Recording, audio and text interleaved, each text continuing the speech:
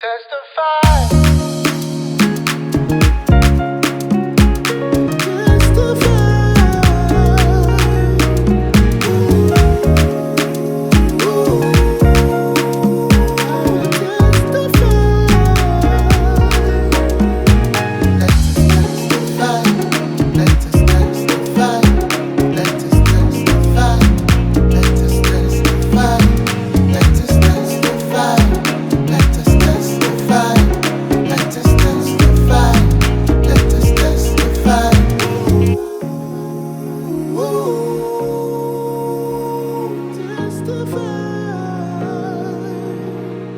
Hi there.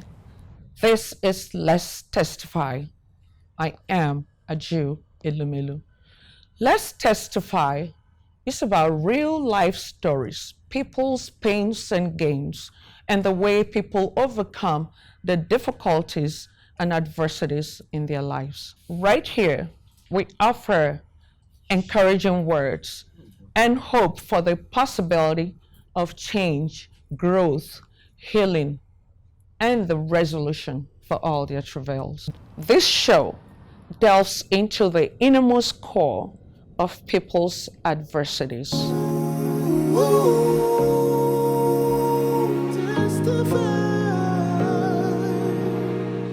Have you ever had a nightmare that smacked you in the face in the morning? That is what we're going to listen to. But before then, we want you to meet us on our social media: Twitter, Instagram, Facebook, YouTube. It is Let's Testify.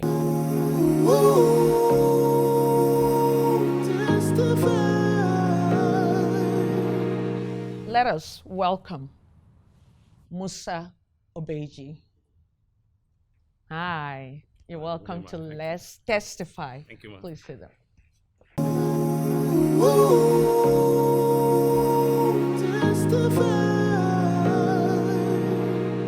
I want to welcome you to Let's Testify. When I was going through your synopsis, I was alone at home and was, truly terrified.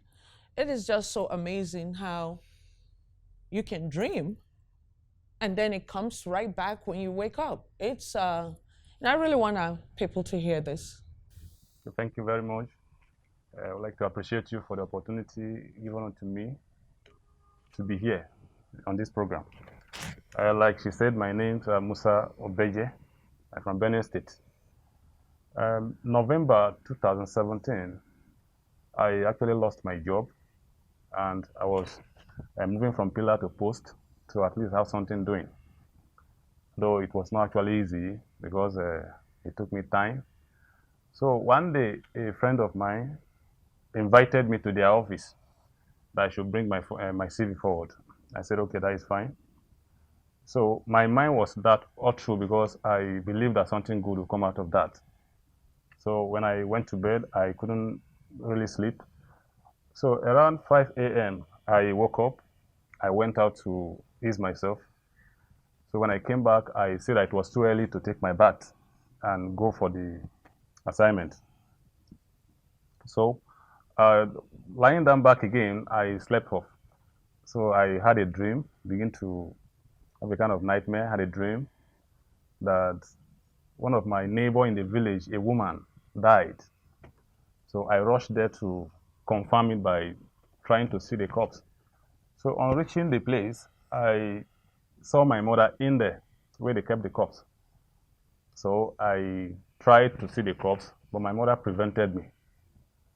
So I was like insisting to see the corpse, but she was sending me away. So I peeped and I saw the legs of the corpse. Though they covered the corpse from the head down, but the two legs were outside. I saw the two legs swollen up. Even when your mama, Yeah, of course. his mama said, don't come in, but as usual, children always, a lot of them, disobey their parents. Yeah, of course. So I saw the two legs. So since she insisted I should not see the corpse, so I have to go back. So I left there, and shortly I woke up from the sleep. So in fact, I was terrified. I said, what kind of dream is this? So I knelt down and I prayed. So as daybreak, just an hour later, around 6 o'clock, I went down to fetch water and take my bath before going for where my friend directed me to. So when I went downstairs, I was carrying 2 jerrycans, 20 liters. So I fetched water and I was coming upstairs. So there was a woman, one of my neighbors in Lagos here. So she was cleaning up it's a Muslim woman, so she was cleaning up for prayers. So I wouldn't want to disturb her. So I was managing to dodge, not to touch her. And the floor was very, very slippery.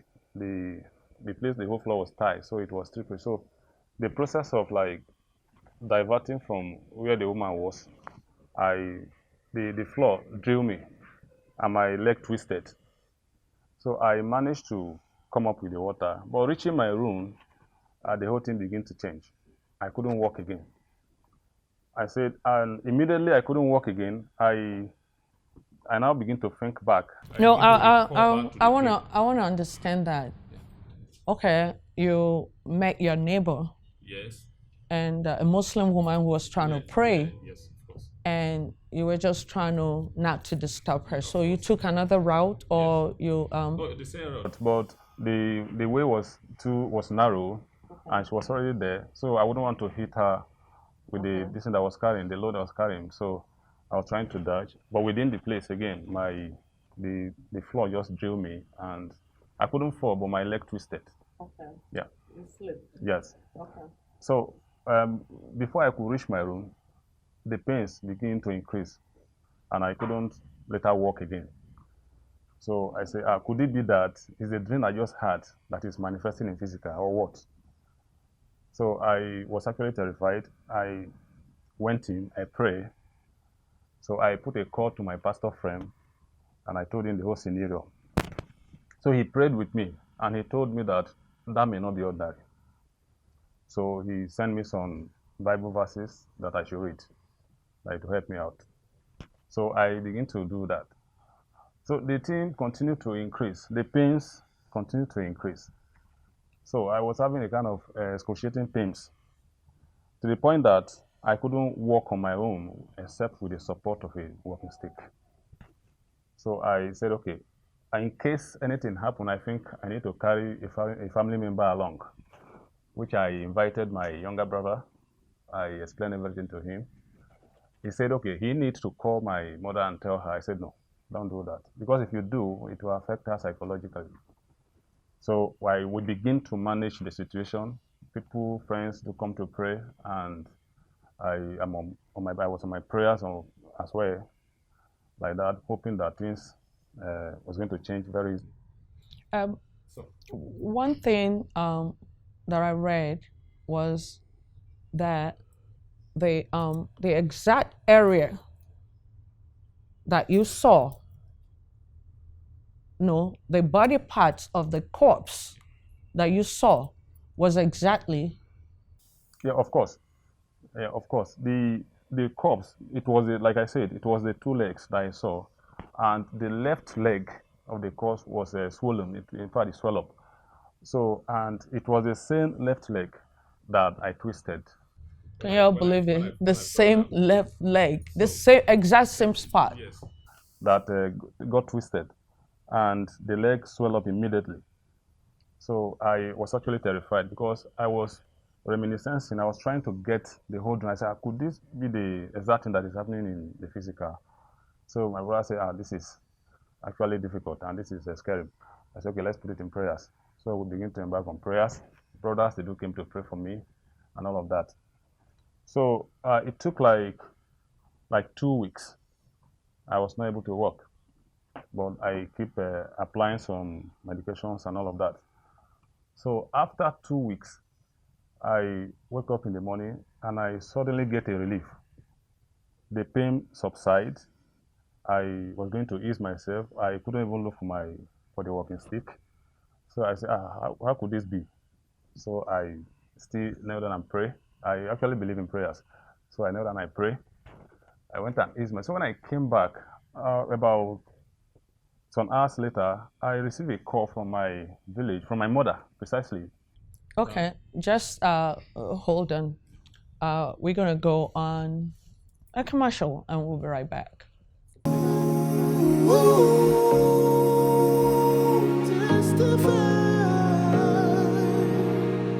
Welcome to Let's Testify.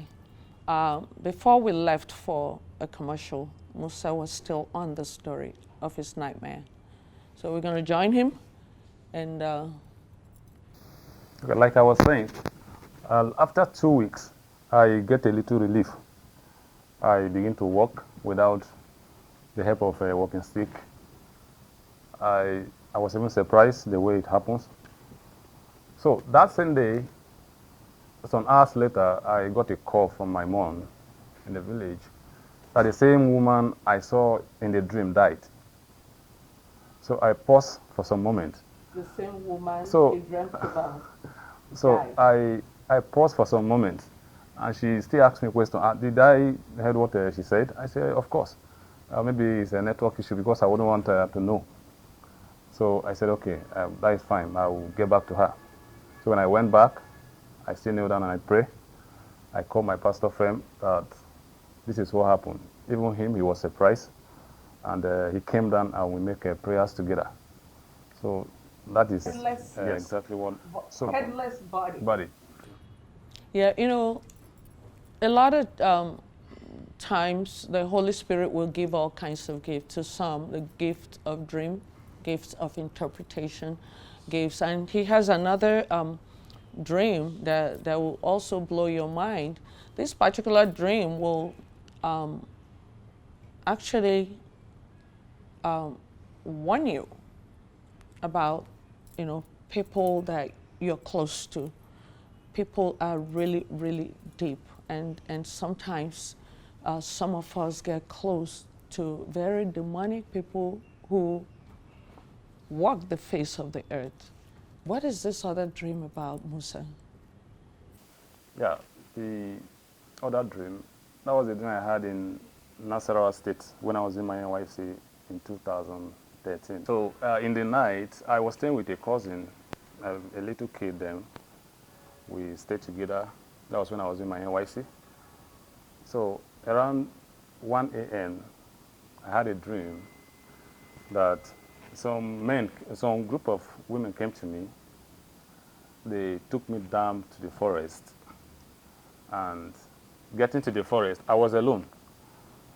There was nobody other than me except them, which I couldn't recognize any of them.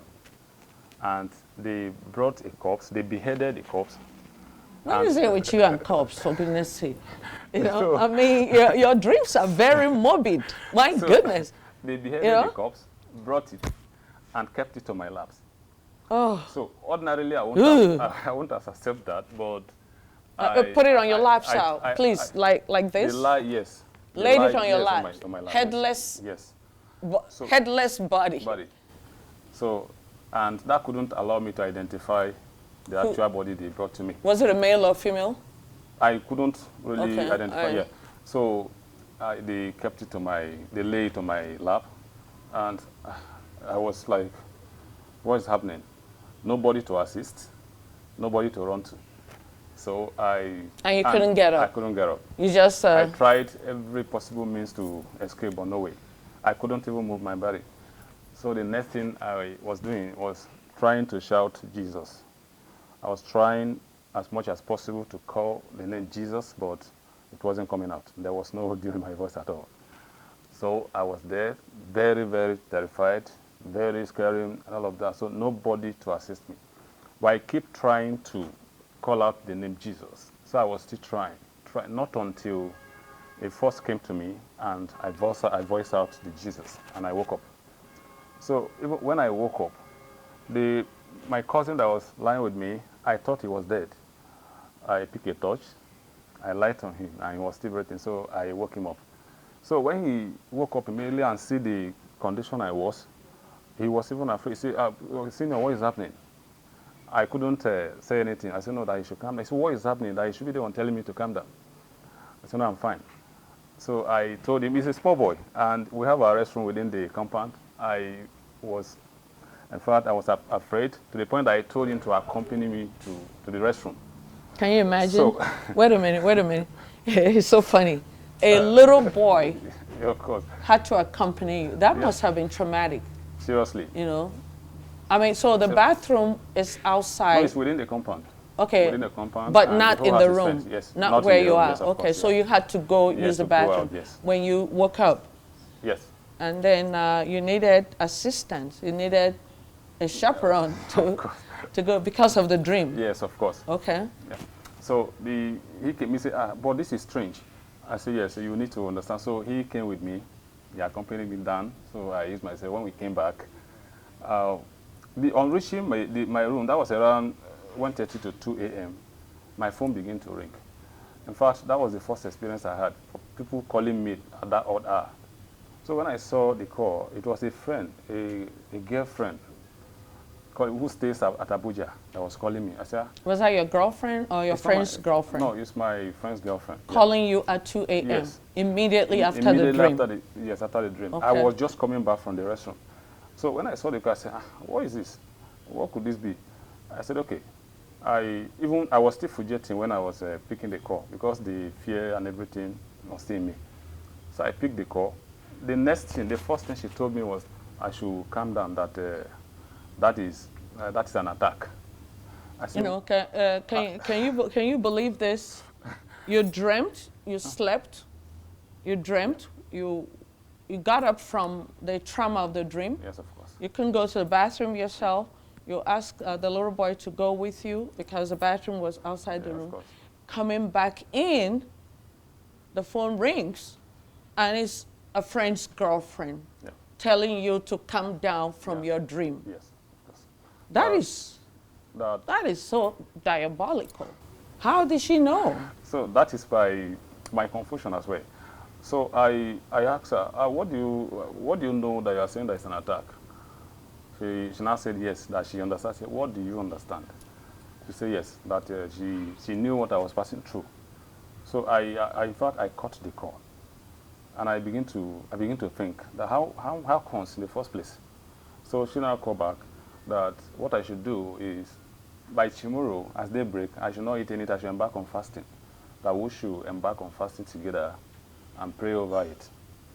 Though she asked me if I'm actually suspecting anyone from the village that is a witchcraft or whatever. I said, no, I don't believe in that.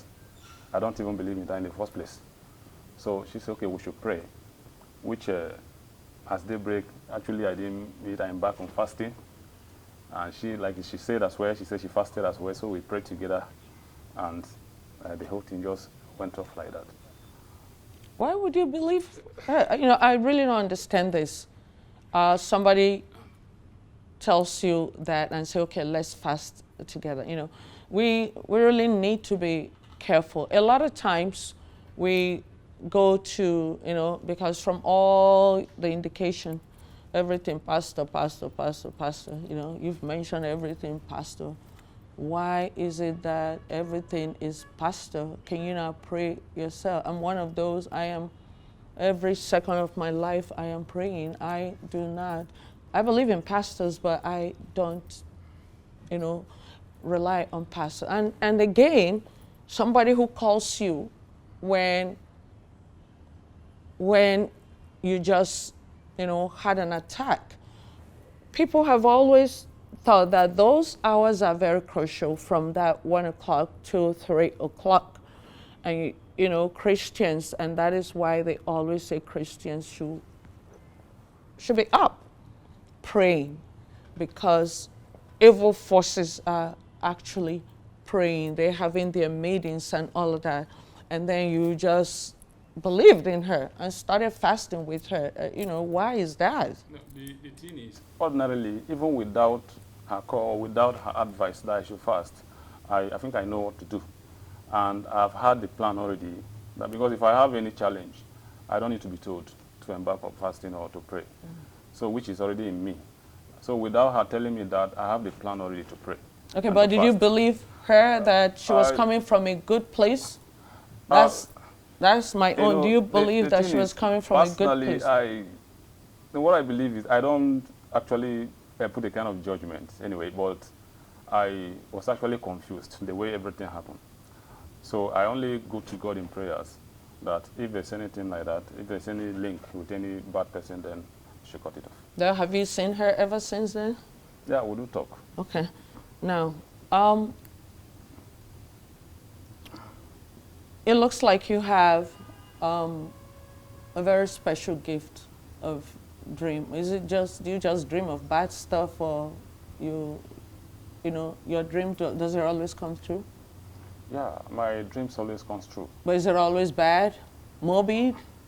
No, I have good dreams as well. Okay. It's not always bad dreams, but the ones that are most terrified is what I might talk about. Musa, I am so appreciative of you, coming to Let's Testify. I took a lot out of this, and you're leaving me with a lot of questions and, pertaining dreams and what they mean. And thank you so much for coming, taking our time to come. You're welcome. To Let's Testify. Thank you.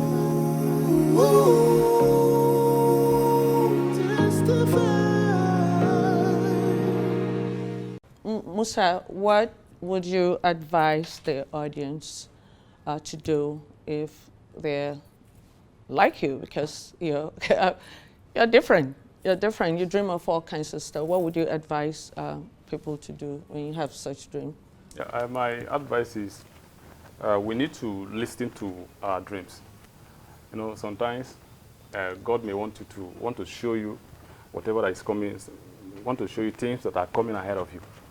And we should have the mindset of praying. In any condition you are, make sure you put God first and pray. And as you pray, just believe that it will come to pass, and you will overcome it. Okay, hopefully not the bad ones, not the bad dreams will come to pass, For me,